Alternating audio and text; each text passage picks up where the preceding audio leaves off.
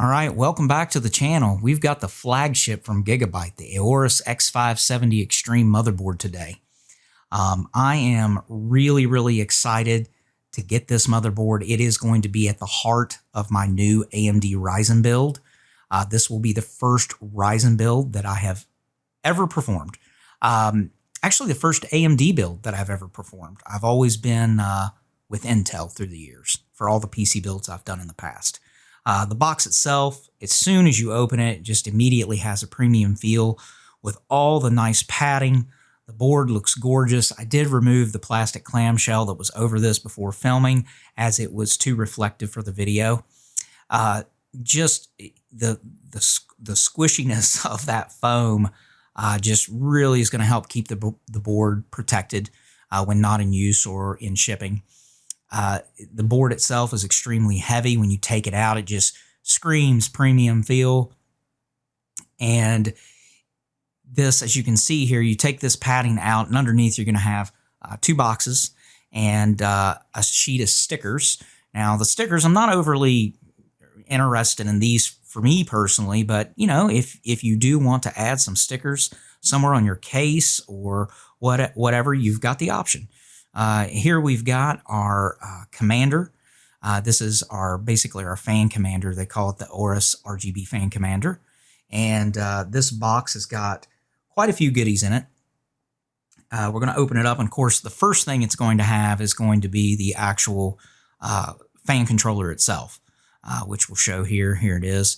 And I'll take that out. This thing allows for up to adding, in addition to the headers on the motherboard, another 8 hybrid fan headers, 8 RGB LED headers, 8 addressable LED headers, and 2 USB 2.0 headers, with all the included cabling and stuff that's under this in this box.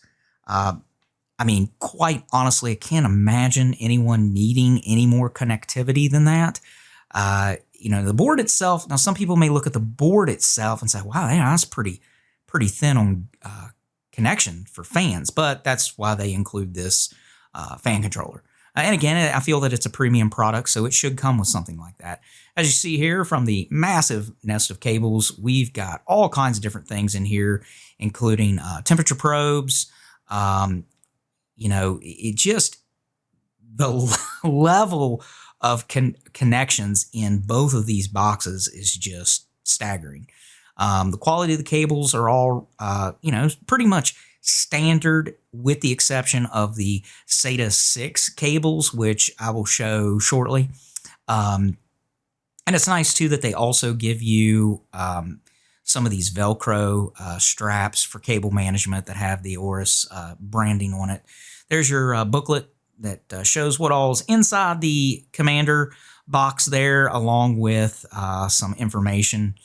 And, you know, I started to say something about the SATA connectors. They're actually like a fiber sleeve. You've got your installation guide here. It's pretty straightforward and very simplistic. Not a lot going on in this. The other booklet is going to be the one that everyone's going to, I think, for the most part, be interested in, and that is your main user's guide.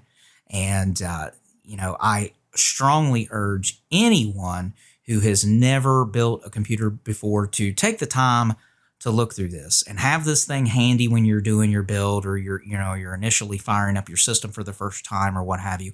Always keep that handy, or have even a PDF version of it that you can get from online. Have that downloaded and ready to go on like a phone or a tablet or something while you're doing your build. Again, the box comes loaded with additional goodies. Here are the SATA 6 cables. I believe it comes with 6 of these. And again, they're all premium quality feel with that fibrous material and the external sleeves. I know you can't really tell there in the video, but they are very nice, high quality. Alrighty, here we have our case badge. It's really nice if you want to display your badge on your PC or wherever. Also, additionally in the box, we've got several other things. Well, actually, quite a few things. We've got ourselves an RGB LED extension cable and an addressable RGB extension cable.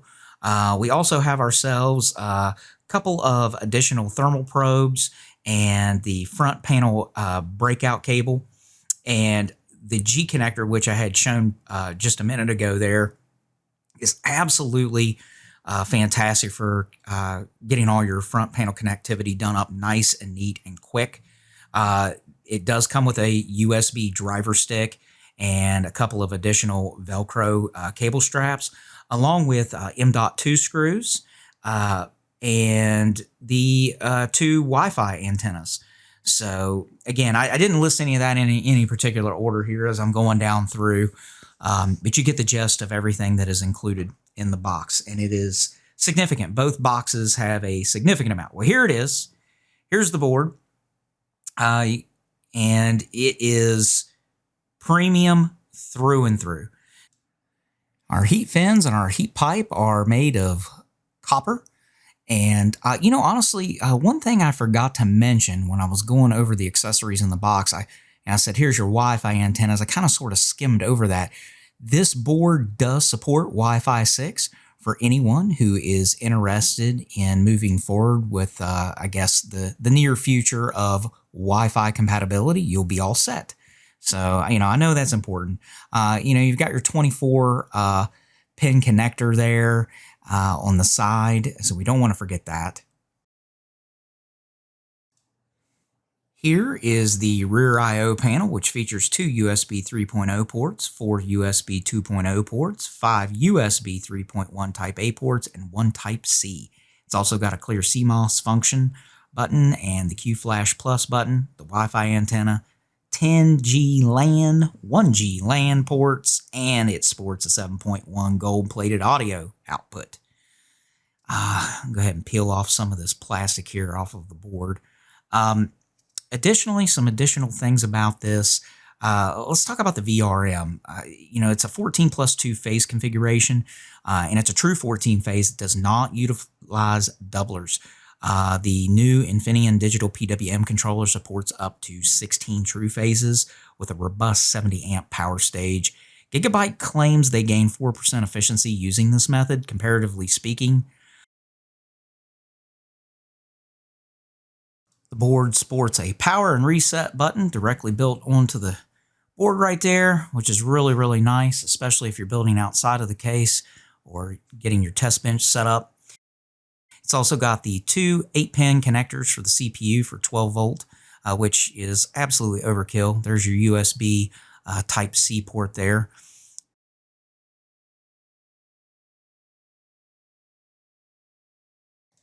And here we have 3 PCI 4.0 slots, which is ready for the next generation of goodies.